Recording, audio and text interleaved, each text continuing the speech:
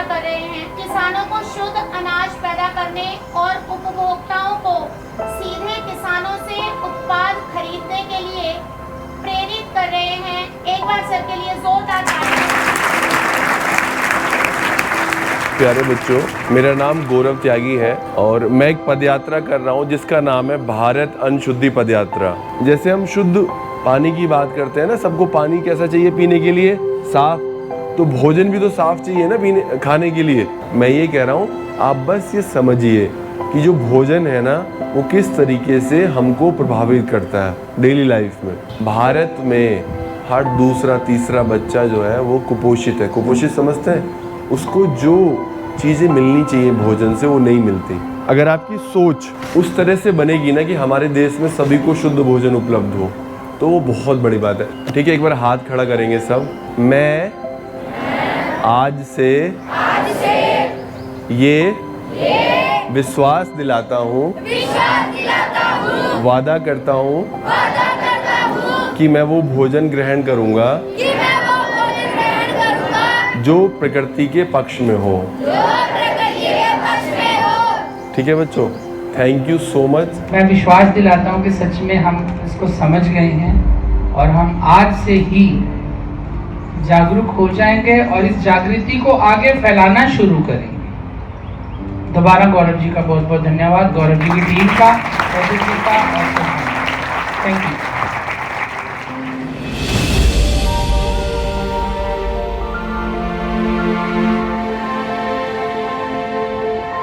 बहुत ज़रूरी है कि जो हमारे भोजन में मिलावट है, भोजन में अशुद्धि है, उसको हम दूर करें। इसीलिए मैंने पदयात्रा करने का संकल्प लिया।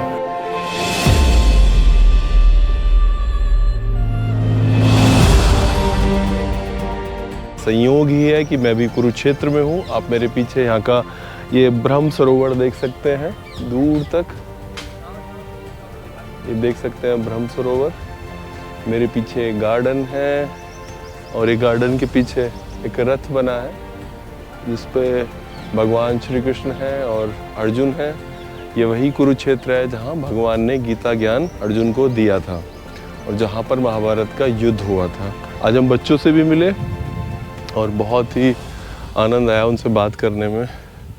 मुझे एक चीज़ जो आज समझ में आई वो ये था कि मैंने वहाँ के जो प्रिंसिपल थे स्कूल के, उनसे भी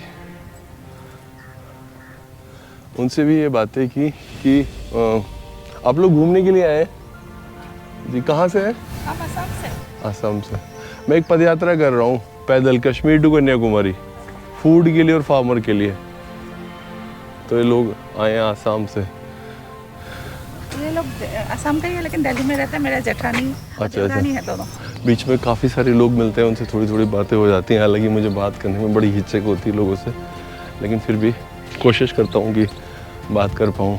तो मैं बात बीच में भूल गया अपनी। बात ये थी कि मैंने वहाँ जो प्रिंसिपल सर थे उनसे भी कहा कि जो आपकी एक सौम्यता है, जैसे आप पोलाइट है ना, वो मुझे स्कूल के बच्चों में भी दिख रहा है। और ये साक्षात मैंने अनुभव किया कि जैसे वहाँ के प्रिंसिपल थे या चेयरमैन सर थे, बहुत पोलाइट थे बातों से, अपने व्यवहार से, और वो वहाँ के बच्चों में भी झलक रहा।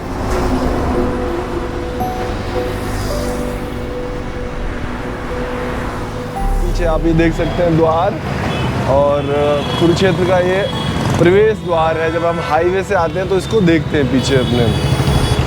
मैं चल रहा हूँ अपने गंतव्य की ओर।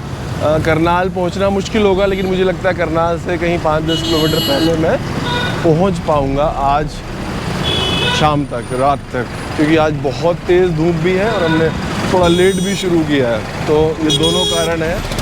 मुझे लगता है शायद 25 किलोमीटर भी हो जाए तो आज काफ़ी है।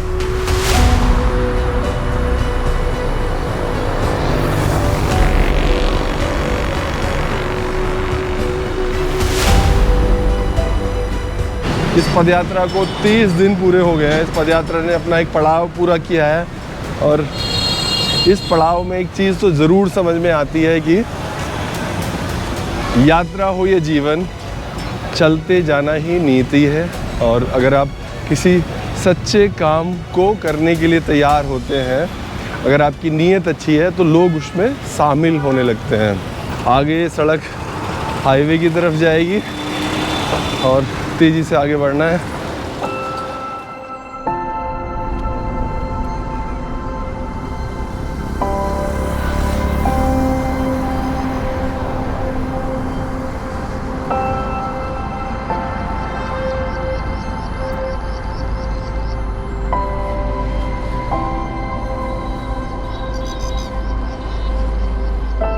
एक किसान है वहाँ, तो मैंने सोचा कि मिला जाए, क्योंकि धान की बहुत रोपाई हो रही है पंजाब में, हरियाणा में, और किसान कैसे उपजाई बुवाई कर रहे हैं, ठीक है जी, तो उस बारे में बात करेंगे।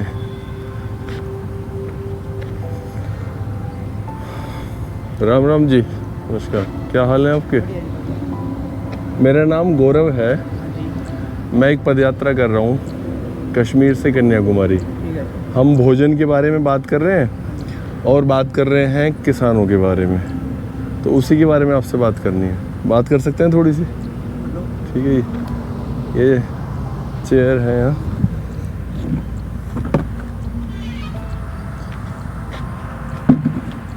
तो मैं जो कुर्सी ले लेता हूँ अपनी, बात करते हैं थोड़ा सा।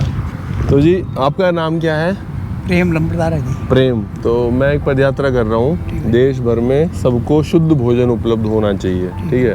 हम ये कह रहे हैं जो शुद्ध भोजन है वो किसानों के पास है, तो हम गांव-गांव जा रहे हैं, शहर शहर जा रहे हैं, हम किसानों से बोल रहे हैं कि भाई आप अपना सामान खुद बेचना शुरू करो लोगों को, और लोगों से बोल रहे हैं कि आप सप्ताह में कोई एक दिन ऐसा तय करो जब आप कहो मैं वो सामान खाऊंगा जो किसान के घर से आ रहा है। किसानों को फायदा होगा इससे कुछ? इससे फायदा तो होगा। क्या? वो तो अपना मर्जी का रेट, ये जब हम फसल बेचते हैं वहाँ मंडी में बेचते हैं, वो भी तो आगे फायदे में बेचते हैं ना, घाटे में तो जिम्मेदारी है वो, या थोड़ी अभी हमारे से लेगा वो घाटे में देखो तो हमारे 10 में लेगा वहाँ तो 20 में बेचेगा। तो अगर आप किसान हो और दूसरा खुद अपना सामान बेचना शुरू करो तो उससे कुछ फायदा होगा किसान को? और लोगों को क्या फायदा होगा उसका? लोगों को फायदा होगा, उनका कम रेट में मिलेगा। तो मैं एक आज किसान है प्रेम सिंह जी, उनके साथ हूँ, उनके खेत पे बैठा हुआ हूँ। आज मैं उनसे एक वादा लेके जा रहा हूँ और आज वो वादा करेंगे, आप नहीं पक्का करेंगे? तेज आवाज में बोलो कैमरे के सामने। नहीं तेज आप में करेंगे जरूर। क्या वादा है बताओ? भाई ये 1-2 एकड़ तो जरूर करेंगे बगैर खाद की, देखते हैं करके, तजुर्बा लेते हैं उसका भी। तो ये कह रहे हैं इस बार ये इस साल 1-2 एकड़ तो बिना कोई केमिकल, बिना कोई स्प्रे करे धान उगाएंगे। और बेचेंगे कहाँ से? बेचेंगे तो अपन दुकान पे बेचेंगे अपना। मंडी उसको नहीं बेचेंगे। मंडी में कहाँ बेचेंगे उसको? उसको तो ये तो अपनी दुकान पे बेचेंगे। हाँ बेच सकते हैं। बेच सकते हैं। ऐसा तो नहीं है कि आपकी उम्र है और वो नहीं मिलेगा ग्राहक, ऐसा तो नहीं है, वो कोई आएगा ऐसा कुछ। और मंडी बेचोगे? नहीं तो फिर मुझे गाली नहीं मत देना कि कोई आया था और वो बोल के चला गया जी बिना खाद की बेच ली, अब मेरे तो सामान नहीं बिक रहा। चलो इतना तो 1 एकड़ में मैं कह रहा हूँ आधा एकड़ कर लो आप। ठीक है जी। ठीक है, आधा एकड़ करोगे? ये सामने वादा करो। 1 एकड़ करके देखें जी, हमने छोटा आधा नहीं छोटा कि हमारे हमने तो अपना ट्राई हो जाएगा। हाँ ठीक भाई अगले हमारे को इसका फायदा है। मतलब कोशिश तो करेंगे ना। एक मैं मतलब कितने फसल निकली हमारे, इतने मैंने खर्चा करा, इतना हमारी ये मैं कह रहा हूँ अंकल जी आधा एकड़ करोगे? आधे से भी कम कर लो। नहीं बस एक तो देखे चलो बात ठीक है। 1 एकड़ करोगे? 1 एकड़ करके देखते हैं। ठीक है, आप आशीर्वाद दो बस, सब अच्छा होगा जी। धन्यवाद आपका।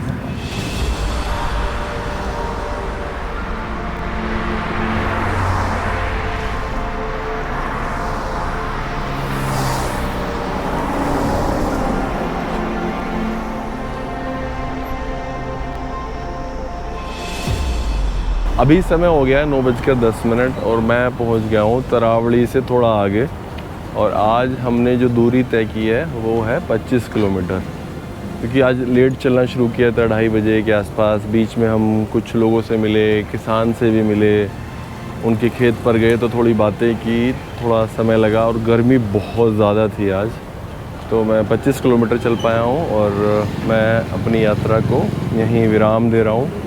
कल हम यात्रा यहीं से शुरू करेंगे। करनाल थोड़ा सा ही बाकी है यहाँ से। आप सब लोग जितना प्यार हमें दे रहे हैं, जितना सपोर्ट हमें दे रहे हैं, उसके लिए दिल से आभार आपका, और आप सपोर्ट करते रहिएगा। ये बहुत ज़रूरी मुद्दा है, बहुत ज़रूरी चीज़ है, न केवल हमारी पीढ़ी के लिए, हमारी आने वाली पीढ़ियों के लिए भी। धन्यवाद। बाय बाय, टेक केयर, शुभ रात्रि। Good night.